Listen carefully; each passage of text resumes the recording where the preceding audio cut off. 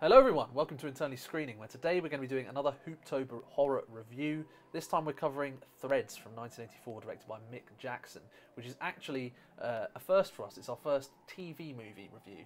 I didn't know it was a TV movie. This was a BBC TV movie from the 80s. It was actually based on an older BBC TV movie called The War Games, or something like that, I believe, which, believe it or not, they made it in the 60s. And they didn't put it out because they literally thought it was too depressing and that people might just kill themselves if they saw it. Jesus. And true to its name, Threads truly follows through on this. It's a film set in Sheffield slash Yorkshire, and it kind of follows the everyday lives of some people. Things are going on, and as you're following the film, you get little snippets here and there that there is some global tension around the world. Obviously very topical for the 80s. Yep. The US, the Soviet Union and Iran are sort of butting heads internationally over ships being in certain places, certain positions being fired on, and it builds up in the film until eventually an actual nuclear war does break out and England itself gets nuked into oblivion.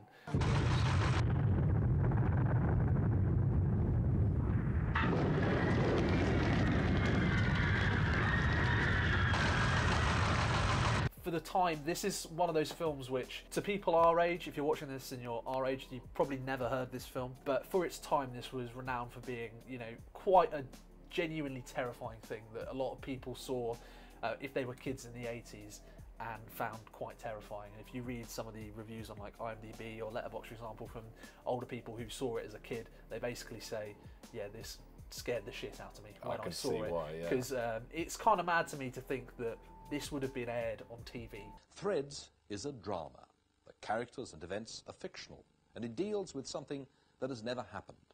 But it draws on a vast amount of scientific information amassed over the last 40 years on the likely effect and destructive power of nuclear war. Some of the scenes which follow may distress you. Yeah. To children, but I digress. What did you think of Threads? Well, I thought it was as chilling and horrifying as your description made it appear. So this is kind of, the film is essentially a mockumentary of like, what would happen if these events really came true? What would happen? Like, why would it happen? Why would it happen here in the specific locations it does? And what happens to the people after certain periods of time elapse? Now, I think that the interesting thing I hadn't really considered before you just mentioned it there, that this was being aired to the public where this was still a really genuine possibility. Because like during the height of the nuclear. Yeah, because to me, watching it recently, it was like a horrifying hypothetical of what if it had happened back then. I'd never really considered fully the idea of, imagine living through the tension itself and then seeing that. And with, you know, this film has really stuck with me in my head. I've been thinking about it a lot, and with a lot of recent tensions in the world, I've been thinking like, wow, we really need to make sure this does not happen. I had a nightmare the other day, which was basically this film. It is very nightmarish in its presentation because it is so bare bones and bleak and sort of matter of fact in the way that it sort of shows you all these things. You know, it does a very good job sort of setting you in this real world in the industrial town of Sheffield at its industrial sort of heyday. Nowadays it's much more of a sort of metropolitan area, but back then it was still pretty grim. But back then it was a proper workers' town, you know, go down coal mine and all that. So it, you know, which makes sense why it would be targeted, because it's a major industrial centre. Which they set for out the in UK. The film. Exactly, they set all that You stuff have this like up. commentator throughout the film who the film is presented completely as real, like a narrative film would be, but you also have like a documentary voiceover who will occasionally pop in and just explain what's happening, which very dispassionately. Yes, and which that kind of takes over the film after you get your kind of turning point of the bombs going off. But you do have a long time to kind of really settle in with the world, and you know, the machinations going on there, so that when things do go awry, they really hit hard in a very palpable way. The actual explosion section, I mean, the film is obviously on a micro budget. They made it for less than £1 million.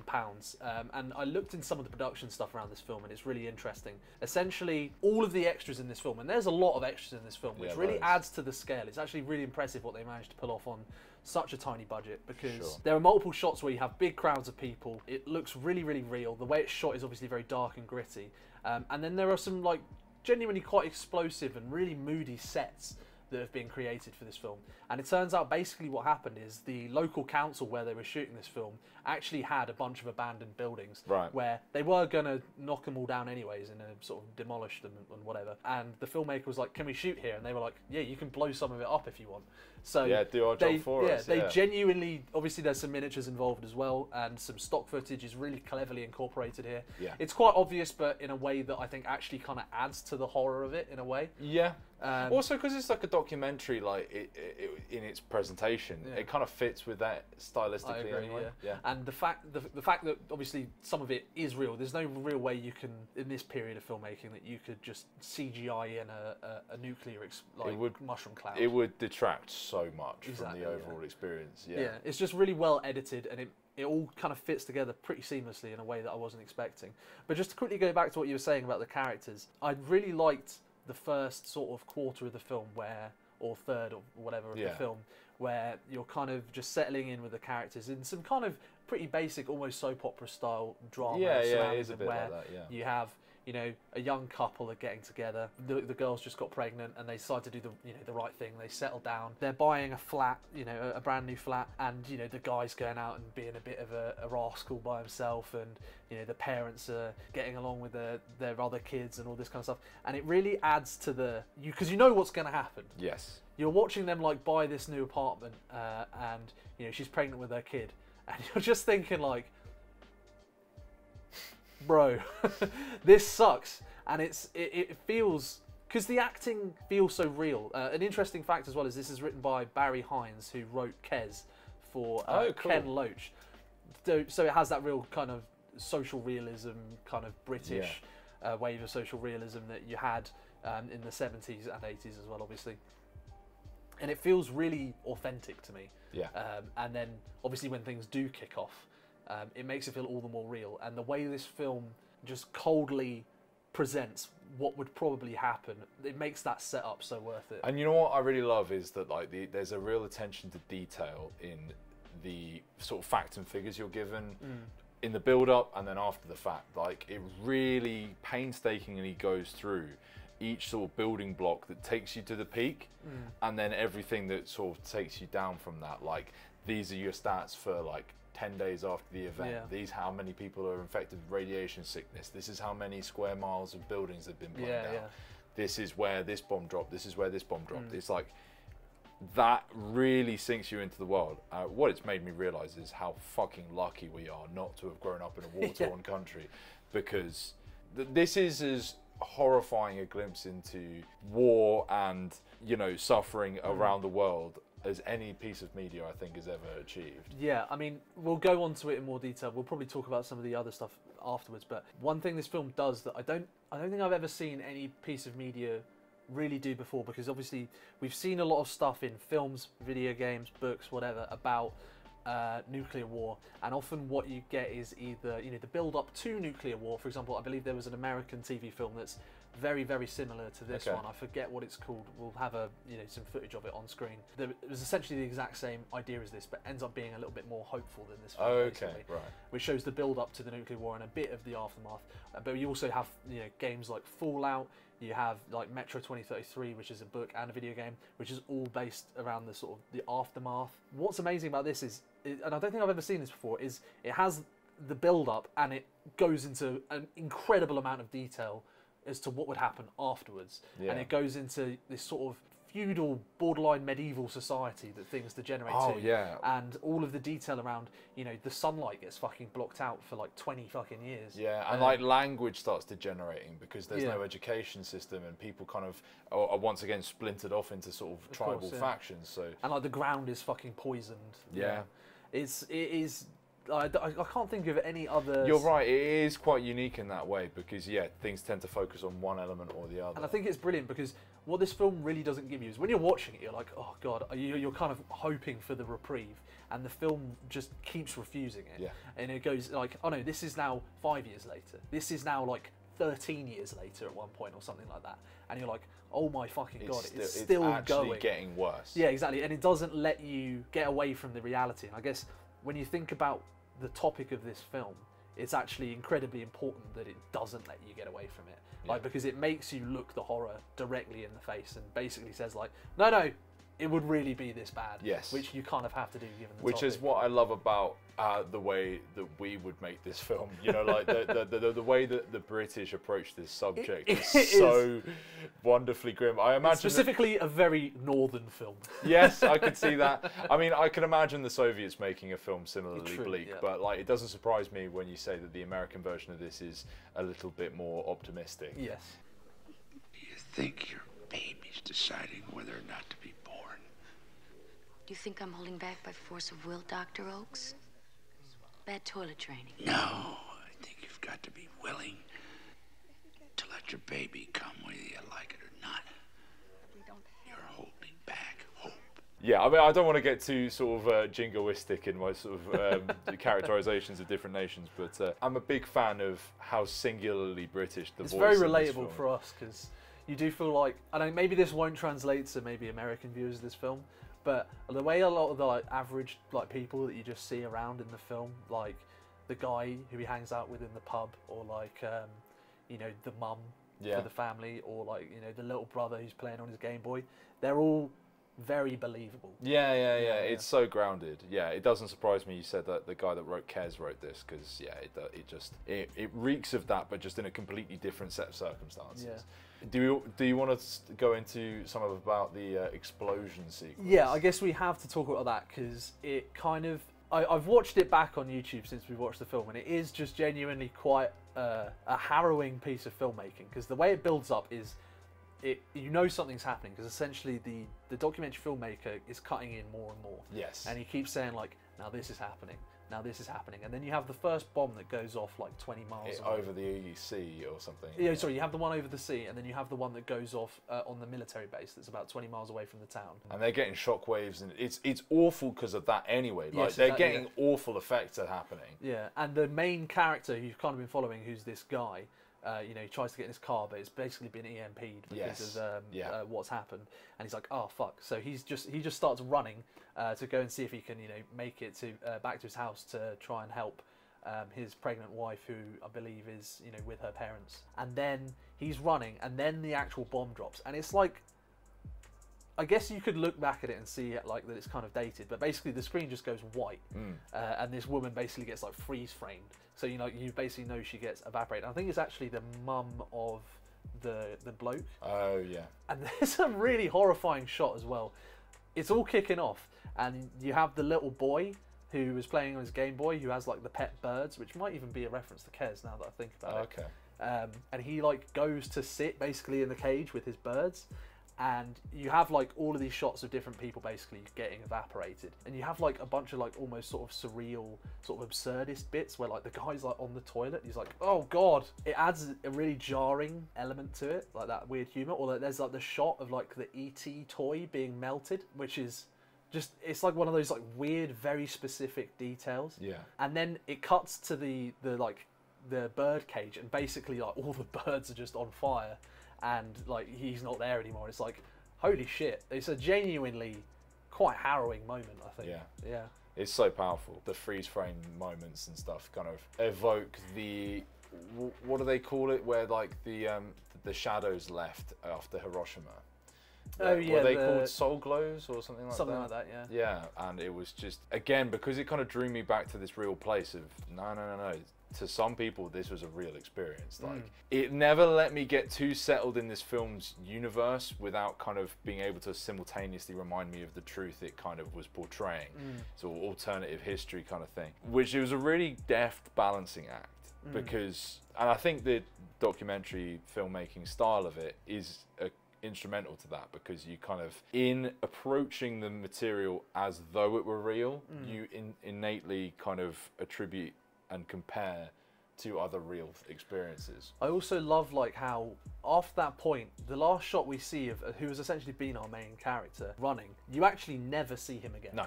And it's never explained. It never shows him dying. No. You then sort of cut to our young sort of female protagonist who's pregnant, and she essentially spends the rest of the film like seeing if she can find him, but never does. No.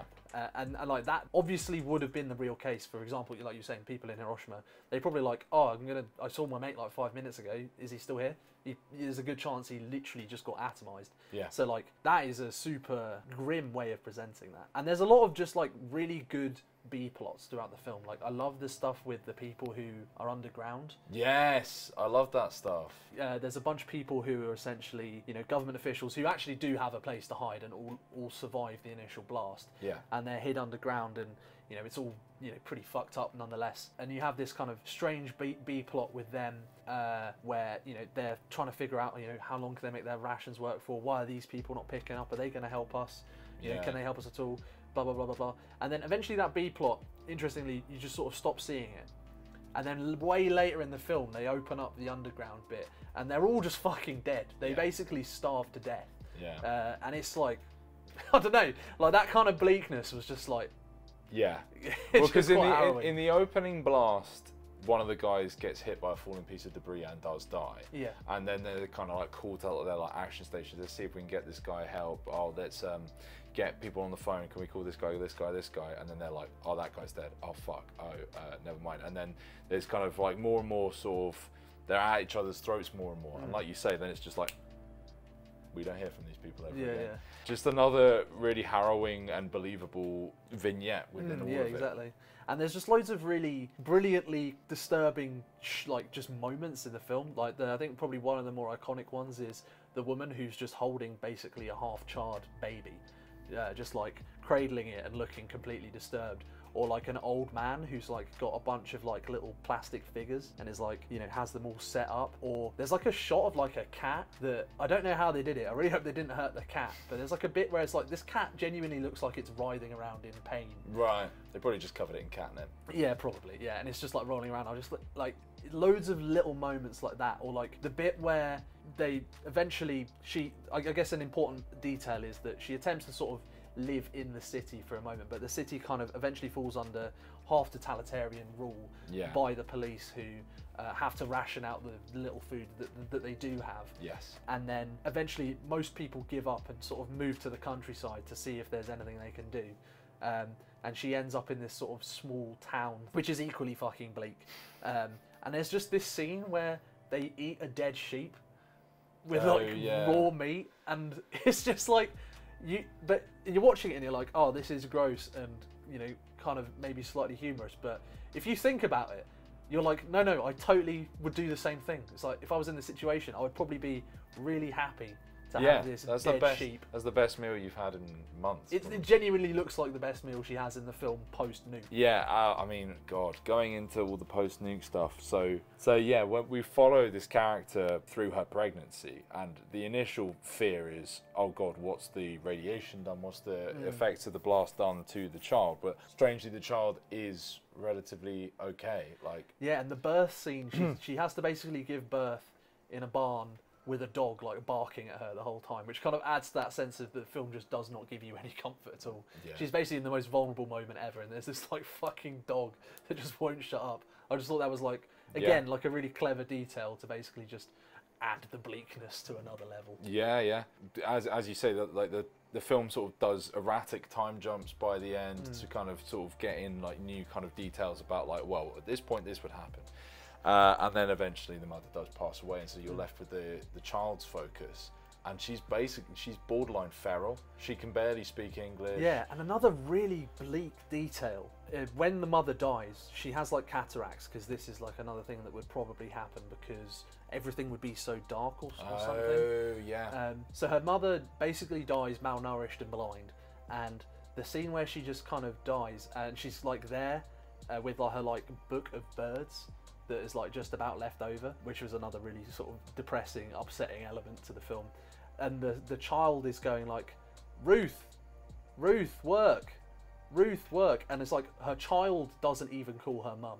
Yeah. Which is just like, I don't understand why that would happen in particular, because it's on. I don't know if it's explicit in the film. Is the child like slightly like mentally retarded, or Well, I wonder if that's the case, or if it's because it just hasn't been socialized? Yeah, because it's like, you know, she, I should say, not it.